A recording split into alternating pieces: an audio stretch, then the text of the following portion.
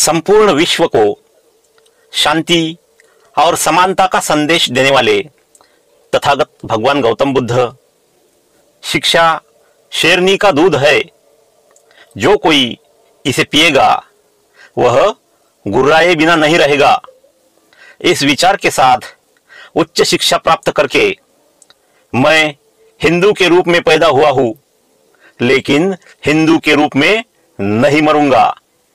यह घोषणा करके 14 अक्टूबर 1956 को नागपुर में दीक्षा भूमि पर अपनी घोषणा को पूर्ण रूप देने वाले भारतीय संविधान के शिल्पकार, महापुरुष, विश्व रत्न, परम पूज्य बोधिसत्व बाबा साहब डॉक्टर भीमराव अंबेडकर जी को, उनके विचारों को, कार्यों को और स्मृति को सबसे पहले नमन करता हूं। आज के कार्यक्रम के माननीय अध्यक्ष जी, उपस्थित सभी उपासक उपासिकाएं, बालक बालिकाएं, भाइयों और बहनों, आज 14 अप्रैल है। यह दिन हमारे लिए सिर्फ एक तारीख नहीं है, बल्कि प्रेरणा का दिन है, क्योंकि साथियों, आज के दिन भारतीय संविधान के निर्माता, महान समाज सुधारक, शिक्षाविद, करोड़ों दबे कुचले लोगों के दिलों में बसे भगवान बाबा साहब डॉक्टर भीमराव अंबेडकर जी की जयंती है। आप सभी को बाबा साहब जी की जयंती की हार्दिक शुभकामनाएं।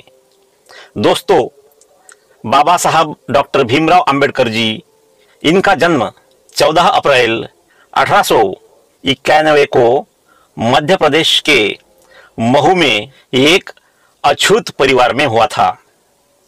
बचपन से ही उन्होंने जातिगत भेदभाव और छुआछूत की कठोर वास्तविकताओं का अनुभव किया।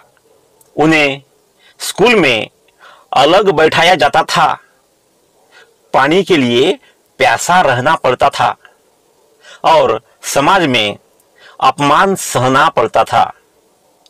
लेकिन इन सब से बाबा साहब हतोत्साहित नहीं हुए, बल्कि उनके दिल में एक आग जल उठी और वह आग थी अन्याय से लड़ने और समाज को बदलने की। और अन्याय के खिलाफ इस लड़ाई में बाबा साहब जी ने शिक्षा को अपना हथियार बनाया।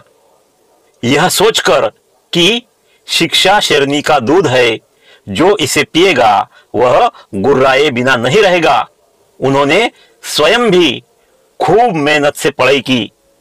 उन्होंने मुंबई के एल्फिंस्टन कॉलेज से स्नातक की उपाधि प्राप्त की। बाद में कोलंबिया विश्वविद्यालय से अर्थशास्त्र में डॉक्टरेट की उपाधि प्राप्त की और लंदन स्कूल ऑफ इकोनॉमिक्स में अपनी पढ़ाई पूरी की। इस तरह वे उच्च स्तर की शिक्षा प्राप्त करने वाले पहले भारतीय बने। यह सब करते हुए वे अपना मूल उद्देश्य कभी नहीं भूले, और वह उद्देश्य था समाज के दबे कुचले वर्गों को न्याय दिलाना। और अपने उद्देश्य के तहत 1927 में बाबा साहब जी ने महाड़ में चौदार तालाब सत्याग्रह का आयोजन किया, जिससे दलित, शोषित और हाशिए के समुदाय को आवाज मिली। यह सत्याग्रह सिर्फ पानी के लिए नहीं था, बल्कि मानव अधिकार और आत्मसम्मान के लिए था। उस समय अछूतों को सार्वजनिक जल निकायों से पानी लेने पर प्रतिबंध था। बाबा साहब जी ने इस अन्याय के खिलाफ आवाज उठाई और हजारों लोगों के साथ चौदार तालाब का पानी पिया। बाबा साहब के लिए यह सत्याग्रह बहुत साहसी था, क्योंकि उन्हें ब्राह्मणवादी प्रभुत्व से भारी विरोध सहना पड़ा था। लेकिन बाबा साहब ने हार नहीं मानी। उन्होंने समाज को दिखाया कि पानी सबका अधिकार है और कोई भी इंसान किसी से कम नहीं है, सभी लोग समान है। इस सत्याग्रह ने अस्पृश्यता के खिलाफ लड़ाई को नई गति दी। इस संघर्ष के दौरान बाबा साहब जी ने 25 दिसंबर 1927 को महाड़ में मनुस्मृति का दहन किया। मनुस्मृति एक ऐसी पुस्तक थी जो जातिगत भेदभाव और छुआछूत का समर्थन करती थी। बाबा साहब कहते थे कि जो किताब व्यक्ति को इंसान की तरह जीने नहीं देती, जो किताब असमानता सिखाती है, उसका समाज में स्थान नहीं हो सकता। उन्होंने मनुस्मृति जलाकर ऐतिहासिक सामाजिक विद्रोह का नारा बुलंद किया। यह घटना उनके क्रांतिकारी विचारों का प्रतीक बन गई। उन्होंने समाज से सवाल पूछा, हम उन परंपराओं का बोझ क्यों उठाए जो हमें गुलाम बनाती है। इस घटना ने पूरे देश में सनसनी फैला दी और शोषित समुदाय में नई जागरूकता पैदा की। 1930 में बाबा साहब डॉक्टर भीमराव अंबेडकर जी ने नासिक के कालाराम मंदिर में प्रवेश के लिए सत्याग्रह किया। अछूतों को मंदिरों में प्रवेश से वंचित रखा गया था क्योंकि उन्हें अशुद्ध माना जाता था। बाबा साहब ने इस भेदभाव को समाप्त करने के लिए लड़ाई लड़ी थी। उन्होंने हजारों लोगों के साथ मंदिर के प्रवेश द्वार तक मोर्चा निकाला। यह सत्याग्रह धार्मिक समानता की मांग थी।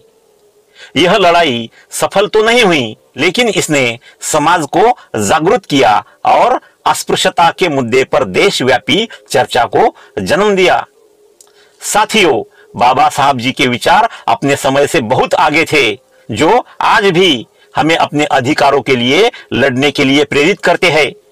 वे कहते थे कि शिक्षा के बिना मनुष्य अंधकार में रहता है और संगठन के बिना उसे शक्ति प्राप्त नहीं होती। उन्होंने समाज से एकजुट होने की अपील की क्योंकि वे जानते थे कि जब तक उत्पीड़ित समुदाय एकजुट नहीं होगा, तब तक उसके खिलाफ अन्याय समाप्त नहीं होगा। इसलिए उन्होंने हमें मंत्र दिया, सीखो, संगठित हो और लड़ो। बाबा साहब समानता में दृढ़ विश्वास रखते थे। वह कहते थे कि मैं ऐसा समाज बनाना चाहता हूं जहां सभी को समान अवसर मिले, जहां जन्म के आधार पर किसी के साथ भेदभाव न हो। इसी विचार को ध्यान में रखते हुए उन्होंने भारतीय संविधान की रचना की। बाबा साहब का सबसे बड़ा योगदान भारतीय संविधान का निर्माण था। मित्रों, 1947 में बाबा साहब अंबेडकर जी को संविधान सभा की प्रारूप समिति का अध्यक्ष चुना गया। उन्होंने लगभग 2 वर्ष 11 महीने और 18 दिन तक अथक परिश्रम करने के बाद भारतीय संविधान लिखा। यह संविधान 26 नवंबर 1949 को भारत द्वारा अपनाया गया था। यह संविधान सिर्फ एक कानून नहीं है, बल्कि कानूनों का कानून है, एक दृष्टिकोण है। इसमें स्वतंत्रता, समानता, बंधुत्व और न्याय के सिद्धांत शामिल है।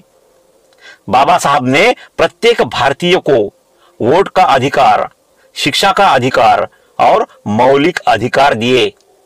उन्होंने जाति, लिंग और धार्मिक भेदभाव को समाप्त करके एक समतावादी समाज का विचार संविधान में प्रस्तुत किया।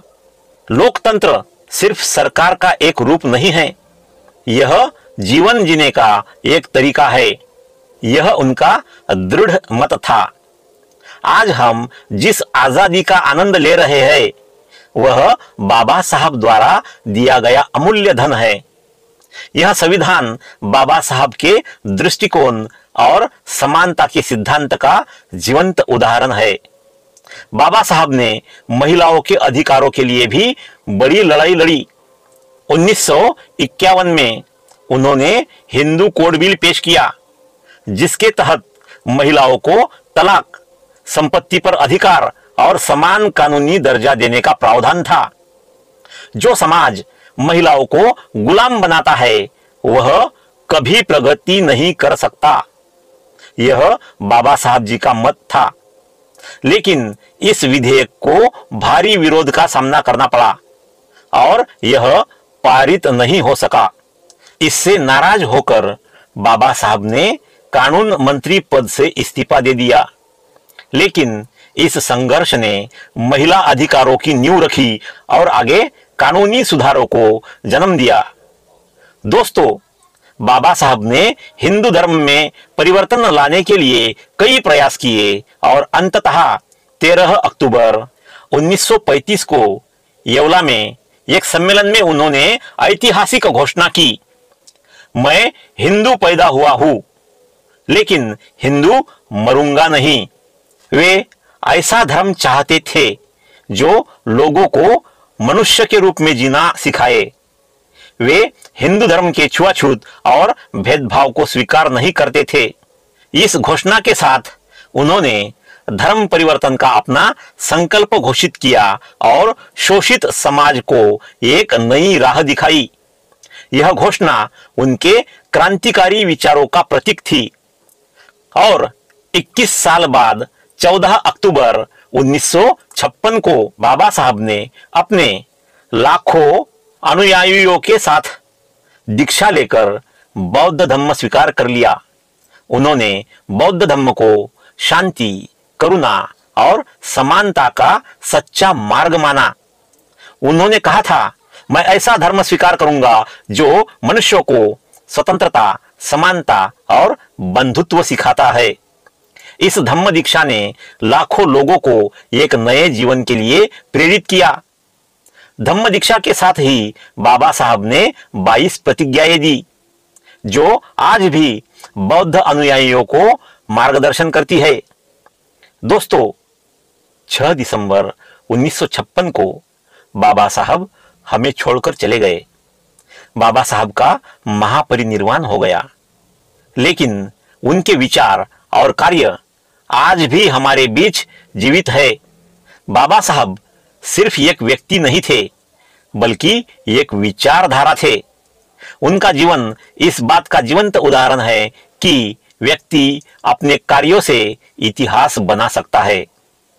बाबा साहब का सपना एक ऐसा भारत देश बनाने का था जहां कोई भेदभाव न हो।